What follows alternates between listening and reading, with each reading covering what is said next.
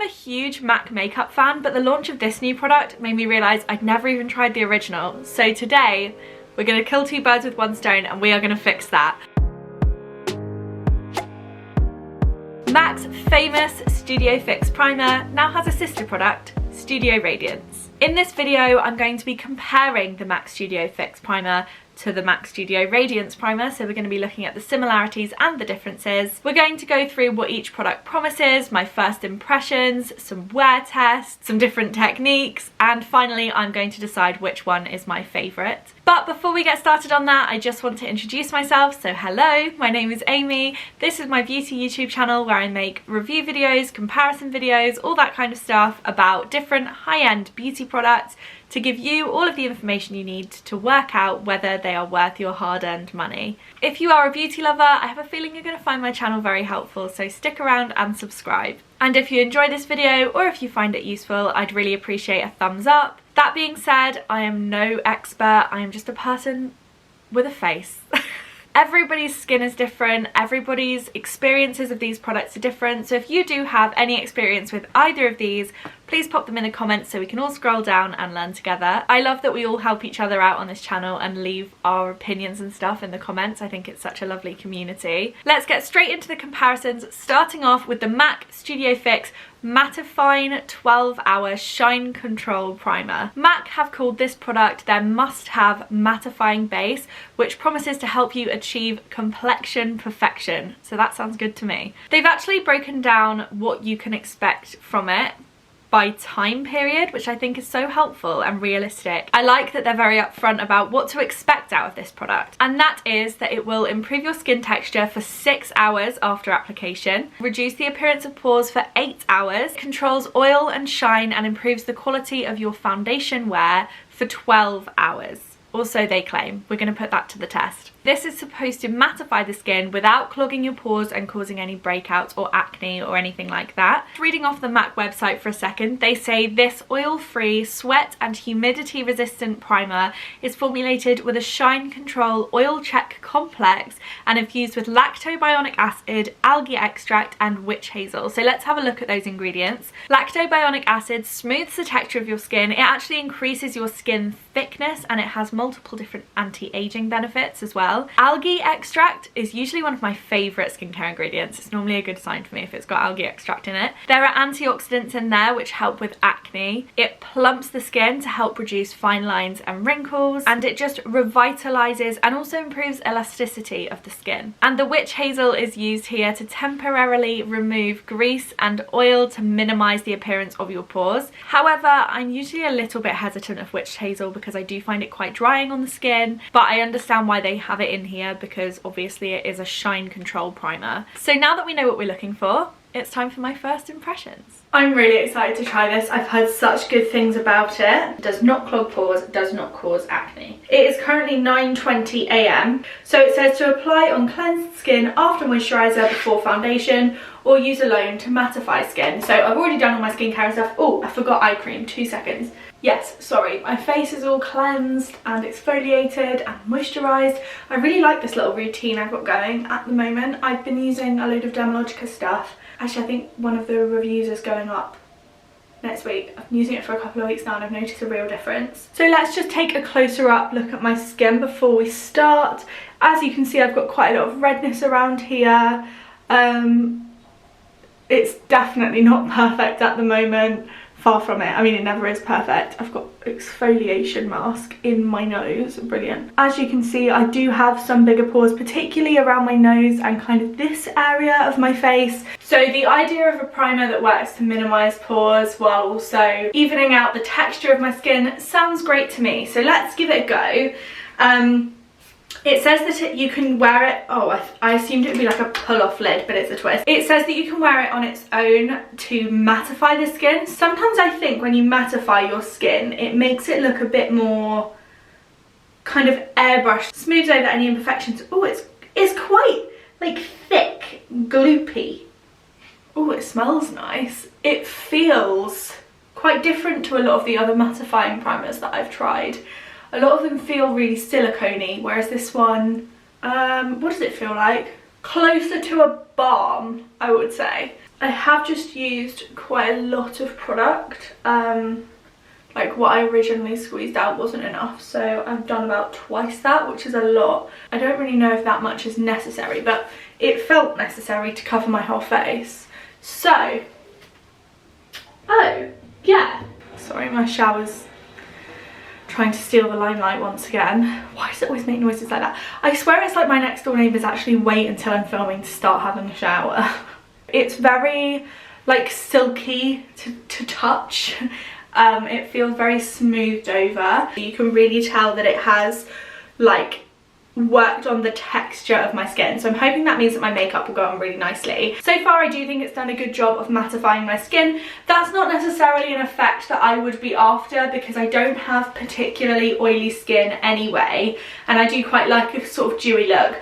But if you're somebody who has quite oily skin and you just want something that you can kind of slap on your face and go about your day, to kind of take the edge off that, then this could be a really good option actually. I think it's done a good job. So now I am going to put some makeup on and we will see how it fares underneath everything.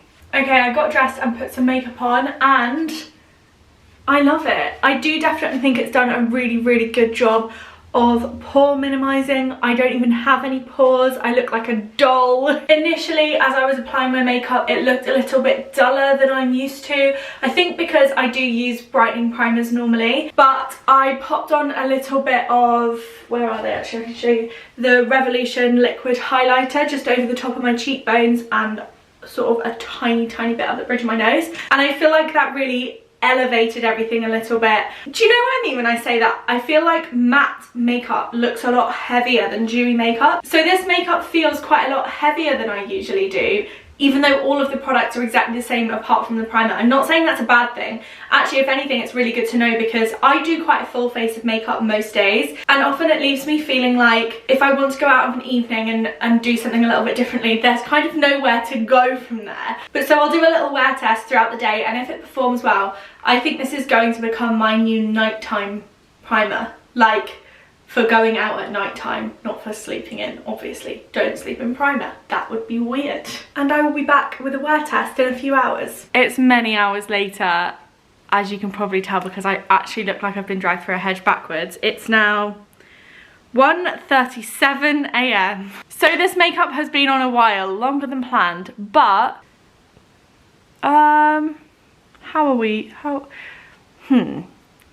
Now, I don't think this has held up particularly well. For something that was so full coverage at the beginning of the day, it's definitely looking a little bit worse for wear. Obviously, it has been on for like 16 hours, and they do say 10. Let's move on now to the Studio Radiance Moisturising and Illuminating Silky Primer. MAC say that this one is your radiance revealing partner in prime that smooths skin and enhances makeup wear. This one promises an increase in hydration and radiance both immediately and throughout the day, so we've got those skincare benefits in there as well. The Studio Radiance is supposed to melt into the skin to smooth, hydrate and illuminate. It contains things like olive oil, which moisturises the skin and relieves dry skin and irritation, vitamin E, which has soothing and healing benefits. It reduces inflammation, and some people say that it makes your skin look younger. Jojoba oil, which soothes and moisturizes, and it also contains hyaluronic acid, which reduces fine lines and wrinkles, helps the elasticity of your skin, reduces scarring and promotes fast healing too. Overall, this one sounds a lot more gentle than the Studio Fix, with a real focus on hydration and glow. So now we know what we're looking for. Let's put this one to the test. Good morning. So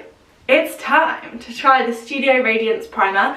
I have done all of my skincare, so my skin is looking pretty glowy by my standards anyway.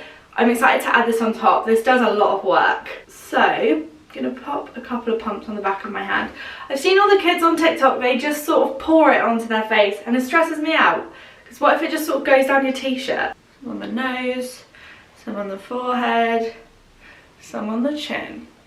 Okay, it's a super easy product. It feels really nice and sort sort of creamy but not too heavy. I love it. I've had no issues using it around the eye area either. I just always make sure to pop it on very gently around the area because the skin is thinner on the eye area than it is around the rest of the face. So here is the base. You can just kind of tell that it gives you like a little bit of a lift. It's not glittery, it's not shiny, it is just sort of radiant. So I'm going to put the rest of my makeup on now and I will show you once I'm done. Buff out my blush a little bit more. My foundation that I'm currently using is the Charlotte Tilbury Airbrush Flawless, and it is very like full coverage and very matte, but as you can see, that radiance is kind of popping through. I think you can see, I can definitely tell. The problem with mattifying foundations is that they sometimes make you look a little bit flat. I feel like this primer gives me a little bit more dimension, it makes me look a little bit more glowy. So yeah, I'm a big fan of it, but let's see how it wears throughout the day. In my experience, normally mattifying primers tend to be more long wearing than like glowy dewy primers, so I will check in with you throughout the day and we will see. I'm going to meet some cute little kittens today, so I will catch up with you in a bit. Good evening. It is a good few hours later now. It is 6:40 p.m. I think I put this on at around 8:30-ish. So I still got some more filming to do, so I have just topped up my lipstick. Obviously it has not stayed on this well all day, sadly. And I also just picked a spot on my chin, so we're looking not bad. Excuse me. So as you can see, it is holding up pretty well. The makeup is breaking up a little bit around my nose kind of area, which is fairly standard for me. But on the whole, I would say that it's held quite well. You've definitely still got a little bit of that kind of, I was gonna say shininess, but that makes it sound bad, but like glow kind of popping through.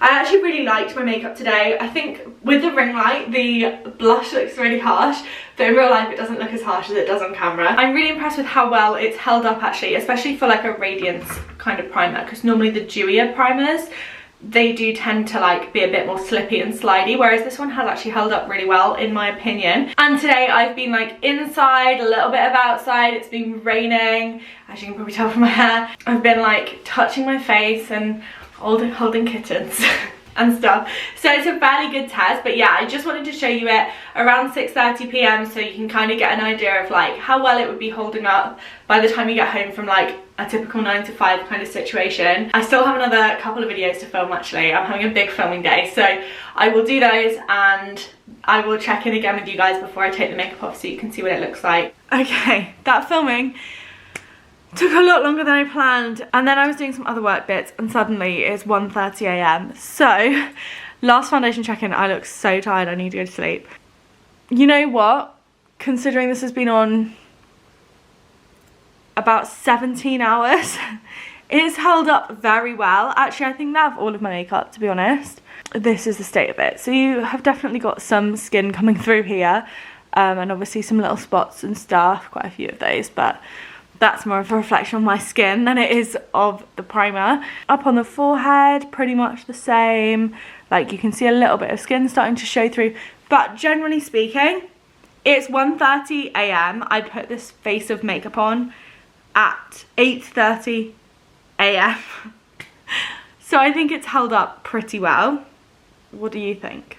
I need to go to sleep. So obviously the first key difference between this one and the other one is that this one is more glowy. It's got that radiant, I mean the clue is in the name, Studio Radiance, whereas this one is more matte. So they're kind of opposite to each other in that way. To be honest, not many of the ingredients overlap at all. I don't think there are very many similarities between these products. I think they do very different jobs, potentially with quite a different clientele as well. Although one common thread that I have noticed between them is that they both promise to not clog your pores or cause any breakouts. The Studio Radiance is suitable for all skin types, while the Studio Fix is also technically suitable for all skin types. Personally, I would recommend this for people who have more oil prone skin. Whenever I film a review video, I make sure that I use the product for a few days in a row to really get a good feel for it. And while I was doing that with the Studio Radiance primer, my friend Maria actually noticed that I'd done something differently. She asked if I was wearing a different foundation, and at first I said no because I wasn't wearing a different foundation, and then I realised that it was because of the primer, and she said it looked really bright and healthy. Once I told her what product I had used and what video I was filming, she then got very excited because it turns out she actually uses both of these on almost a daily basis. Who said you need to just use one? I use both. I put the white one, this is Studio Radiance, very professional, over my whole face, and then I put the silver one, which is more mattifying, in like my T-zone areas. I love it. The white one in particular is like the greatest primer I have ever used. It makes your skin look so much better. I even noticed when Amy started doing this all over my face, and then this in my T-zone to like mattify and like make the makeup stick, but like I only do that because I have oily skin, big pores, etc. Elite. Best primer combination ever. I've just done my makeup using Maria's method, and I must say that I think it looks great. I'm just going to get up close and personal with you. In my opinion, you can really tell how in the T-zone, everything is just sort of holding itself together very well. It's quite matte, but I think it means that elsewhere you still get a little bit of sort of healthy glow, which I am a big fan of. For me personally, I think this is just one extra step that I don't necessarily need. I don't have a particularly problematic T-zone area, and my skin isn't overly oily. So for the sake of saving an extra few seconds, on a daily basis, I think I would stick to just using one, but it is very good to have this in my back pocket for if I want my makeup to look particularly good that day. These products have completely different textures. I'm mixing around the way that I'm holding them, sorry, that's so confusing. The Studio Fix is a lot more waxy. It doesn't like run. If you put it on your face, it would stay where it was, whereas the Studio Radiance is a lot more fluid. They both are very smooth in texture. They're just very different smooth textures. And actually, to be honest, I think they are two very different products. If you're watching this because you know you love Studio Fix and you want to know if that means you will love Studio Radiance, I don't think that's necessarily the case. Personally, I think they're both really great products, but aside from being a nice primer, they don't have that much in common. In both cases, I wasn't necessarily blown away by the way that my makeup wore, like after the wear test, but that being said, I definitely wore them for over the recommended amount of time, so that's kind of on me. The main benefit of these for me personally is in the application of the makeup, less so than the wearing. That being said, I do think they did a good job, and I don't help myself in that department. Like I say, I leave my makeup on too long and I touch my face all the time. I did really enjoy using both of these. Moving forward for me, I think I will continue to use Studio Radiance as my everyday primer. I love the way that it makes my skin look. I like to look, you know, dewy, healthy, glowy. I wear quite a full coverage foundation anyway, so having a little bit of boosted radiance from underneath my foundation is really handy, because if not, sometimes I feel like it looks a little bit dull, and this fully solves that problem for me.